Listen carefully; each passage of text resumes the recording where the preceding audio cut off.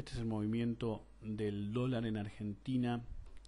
Como vemos, fue muy marcada la baja desde el punto de mucho temor, que nosotros hablamos que era muy difícil que hubiera una devaluación sobre la zona de 320 en este momento. Tuvimos que cambiar la visión, ya que la baja que vemos acá, vemos el dinamismo que tuvo, fue directamente imparable. Fue un capricho del gobierno, un capricho que gracias al retraso que tenemos de la información que se publica de la intervención en el Banco Central, sabemos que ahora que al 25 de mayo se habían perdido 1.395 millones de reserva para lograr esta baja. El Banco Central actuó mal, ya que si bien está bien controlar la divisa, no está bien lo que hicieron, ya que el papel del Banco Central es reservar el valor de la moneda y no generar más volatilidad de la que ya existe. Es muy difícil que logren bajarlo adicionalmente, ya que el costo de 1.395 millones de dólares en mayo fue muy elevado y no podían permitirse otra intervención de ese tipo por miedo a que de intentar hacer una baja adicional del del dólar, si lo buscaran ese objetivo, sacrificarían más reservas y después, si se volviera a ver un movimiento muy al alza, se les complicaría intentar controlar la divisa. Vemos que desde esta zona ya está habilitado un rebote mínimamente a la zona de 3,08 y a la zona de 3,10. Incluso me atrevería a decir que podría llegar a subir un poquito más. Este es el dólar transferencia, no el de casa de cambio, hay que advertirlo.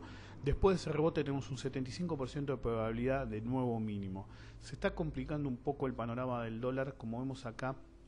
También tenemos en términos semanales el movimiento bajista fue muy brutal, fue extremadamente dinámico y como vemos se generó un target de quiebre reversión bajista en 30644, que lo habíamos mencionado, esto es en términos semanales, lo habíamos mencionado la semana pasada y habíamos mencionado que dado esta situación, esta era una zona de rebote. Si bien durante la semana hubo un pico hacia la zona de 305, vemos que el target de quiebre reversión en 30644 fue efectivo.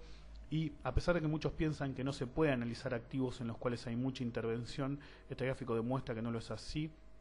Si bien es verdad que es mucho más difícil analizar este tipo de gráficos, vemos cómo a través de la evolución de los videos que hemos puesto en YouTube se puede hacer de hecho.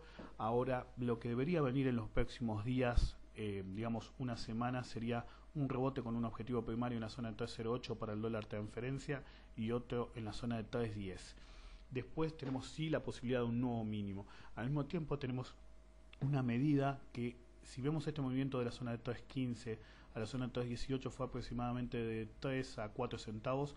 Por esa razón el objetivo primario de este rebote debería ser 3.08 y no tanto 3.10. Así que podemos ver un rebote de la zona de 3.08 y luego un nuevo mínimo, aunque sea un doble piso en la zona de 3.05 para completar este movimiento bajista que se vio, y después sí un movimiento al alza mucho más marcado. Hay que advertir en términos del dólar que el atraso cambiario, si bien era obvio en la zona de 320, ahora en la zona de 305 es mucho más obvio y está siendo un cóctel muy peligroso, ya que el sacrificio de reservas de más de 1.300 millones de dólares para ocasionar esta baja, lo único que lo veo es que ahora el gobierno tenga 1.300 millones de dólares menos para intervenir en el mercado cambiario y haya generado presiones devaluatorias superiores a las necesarias, ya que la presión devaluatoria en la zona de 320 es muy inferior a la zona de 3.